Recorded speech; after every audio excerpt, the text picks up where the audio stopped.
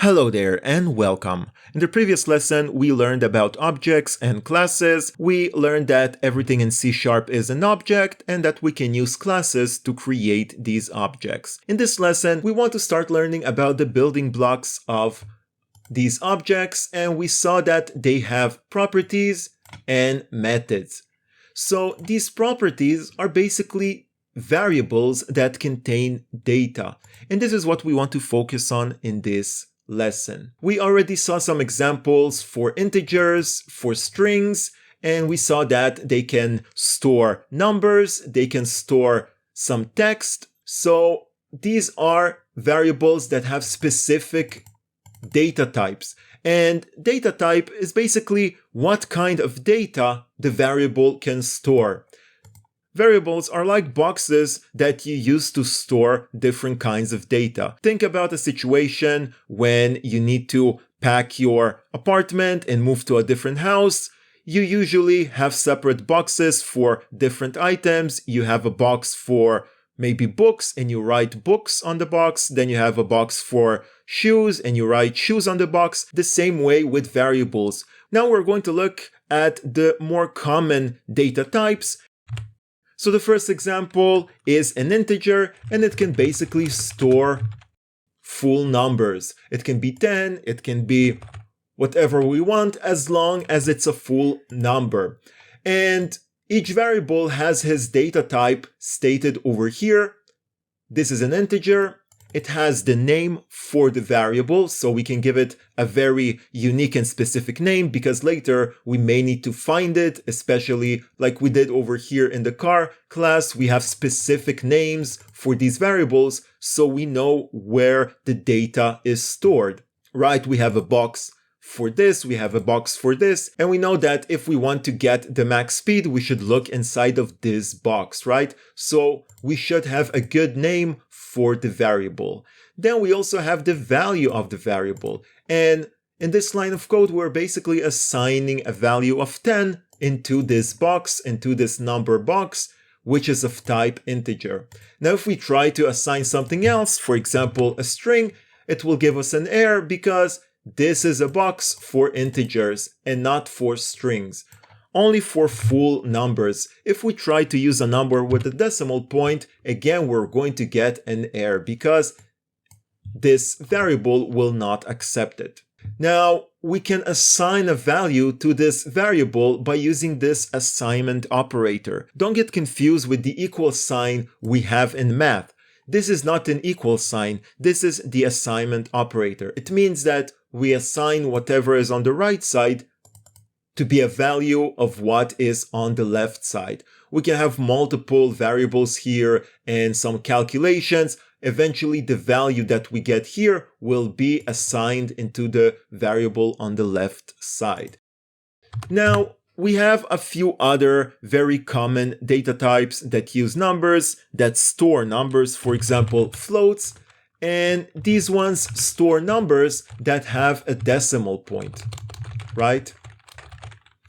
But the thing with floats is that you also need to specify this F character so it will know it's a float. Another type that is using numbers and also uses the decimal point is a double. Now this is a less common data type. We usually don't use it. And the only difference between a double and a float is that a double is a bit more precise. And if you want to be very specific, it can store up to 17 numbers after the decimal point, while a float can only store up to 7 numbers. Now, you may never even need to have something so large and something so specific, but in calculations, maybe when we want to be very, very precise, we can use a double and specify a very precise and long value. But for most of the things that we need on the daily basis, we're going to use a float. Now, these are the data types that are storing numbers, and of course we have a few more, but we are not going to talk about them because they are even more rare than a double. You will probably use an int or a float in most situations. Now we also have the string data type, which we also used in the previous lesson. This can basically store a string of text. It can be a very long string of text or a short one, as long as it has these quotation marks. Now there is a whole science behind of this. We can add strings to strings. We can add variables to strings. We can do different things, but just know that a string is storing some text. Another type that is storing text is a character, and it usually stores only one character. For example, if you're building some kind of a keyboard application, you can store each key into this character data type. And again, it's also about memory management. A character will take less space in memory than a string. The same way a float takes less memory than a double. So if you're not very tight on memory, and usually in our day and age, we are not building very small applications. Usually our applications are big, so we don't really care about these small differences, but sometimes we do want to use a character, but other times, and most times, we're going to use a string. Now, the other common data type that we use is a bool or a Boolean. You can also hover and it will say Boolean. This basically stores two different values, true or false. And we usually use this when we need to check some kind of condition. Is the game running? Is the engine running? Is the car driving? If the car is not driving, we can do something else. We're going to get to this when we talk about if statements. Now, other than these ones, which are the common ones, we have other data types like lists and arrays and enums and structs, and even this owner is basically a data type of type owner, right? So we are going to get to the other ones when we reach them in the next lessons. For now, these are the basic ones that we're going to use. And if we really want to be focused, these are the four ones that we're always going to use. If you have full numbers, use an integer. If you have some decimal points, even if it's just one after, it still has to be a float. And if you want some text, use a string. And if you want some kind of way to check if something is true or false, use a bool. And these are called variables because they can change, right? We saw in the previous lesson that we can take this number, which was 10, and we can change it to something else. And if I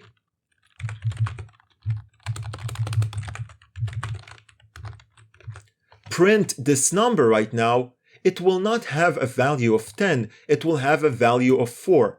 Because the code in most programming languages is running line after line.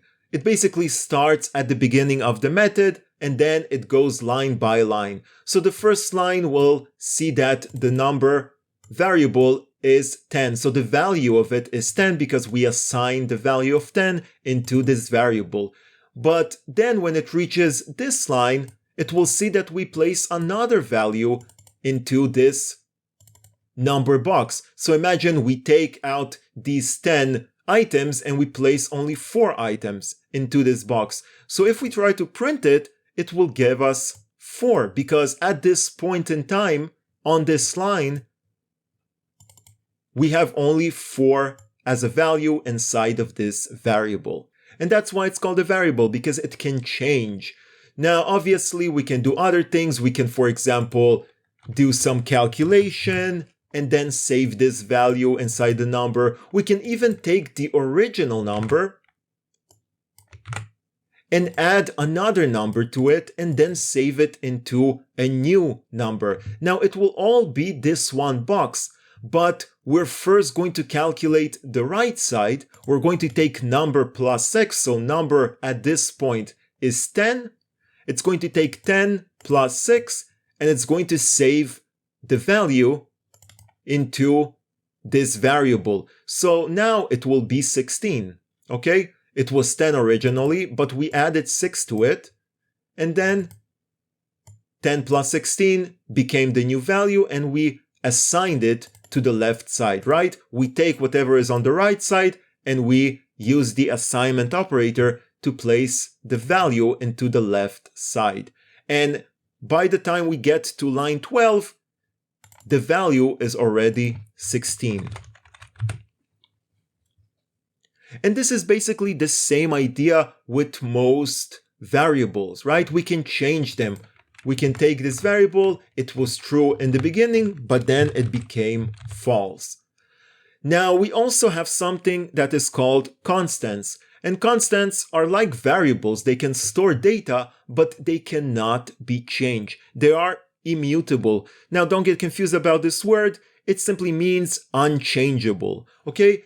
And to create a constant, we simply need to type in const before we specify the data type. And then we say int, for example, and we say age 35. Now, if we try to change this age, it will not allow us. It will give us an error. And the reason is because it's a constant, right?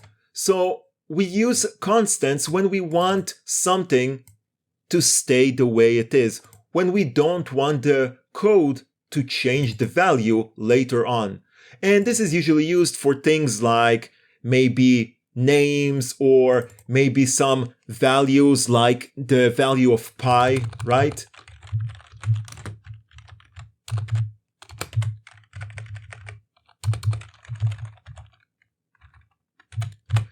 This is the value of pi and it will always stay the same. So there is no reason to change it somewhere in the code. So this is why we can use this const type, and this will be a const that will not change. And later on, we're going to use it a bit more. The idea is that it will prevent the value to be changed because this variable should only store the value. It should never change the value later on. Now, another thing that we need to understand about variables is that we can actually assign different types to a new type and it can still work. For example, if I have some kind of number, which is 10, and then I have another, maybe a double kind of variable,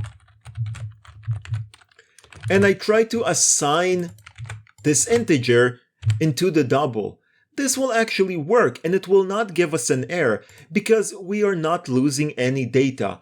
If we print this at this point, if we print this, the value will probably be 10.0. And this is allowed because even though this is an integer, we can still convert it into a double because we are not losing any data. But if we have it the other way around,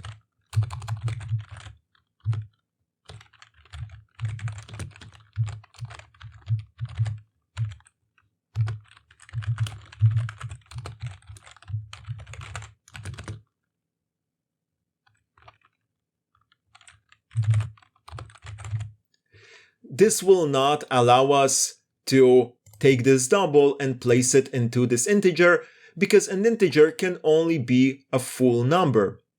And this will not automatically round this number. What it will do, it will simply delete everything up to this decimal point and it will only leave 9. So we will lose all of this information. That's why it's not allowed.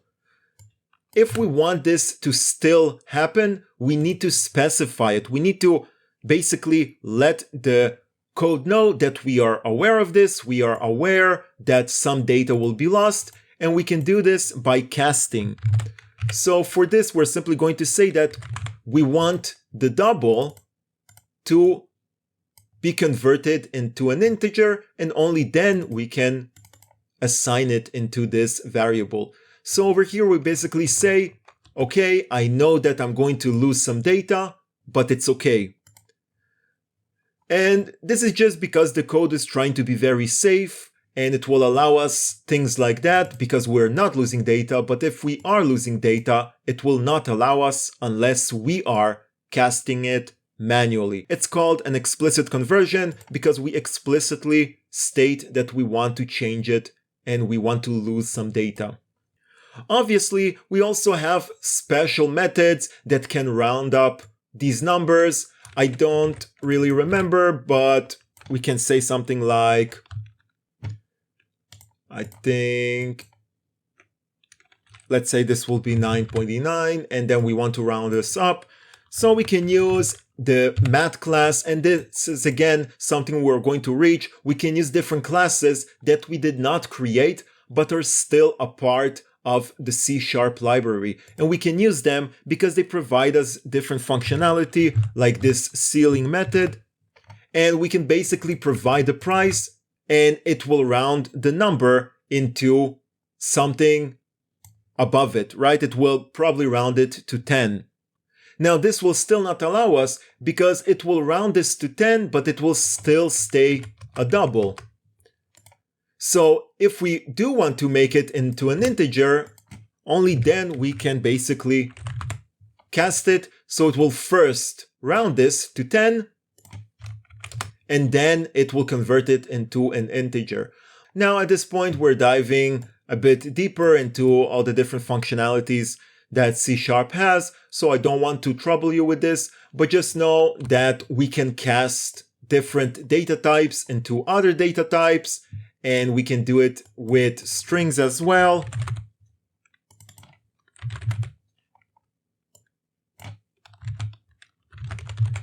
So if we do something like this, it will basically take the number and it will turn both of them into a string. So it will be something like Mike 10, or actually we don't have a space, so it will do something like this, and it will store it inside. Now if we try to use this alone, it will not allow us because this is not a string, this is a number, and we cannot convert it into a string. There are different ways. For example, we can add an empty string like this and it will be allowed, and now this will turn into a string. And there are other things that we can do, use special methods, but this is the basics of variables. And as we continue with the lessons, you're going to see them again and again. And we already saw them being used as part of a class. So each class will have its own variables, which are the properties, and also methods.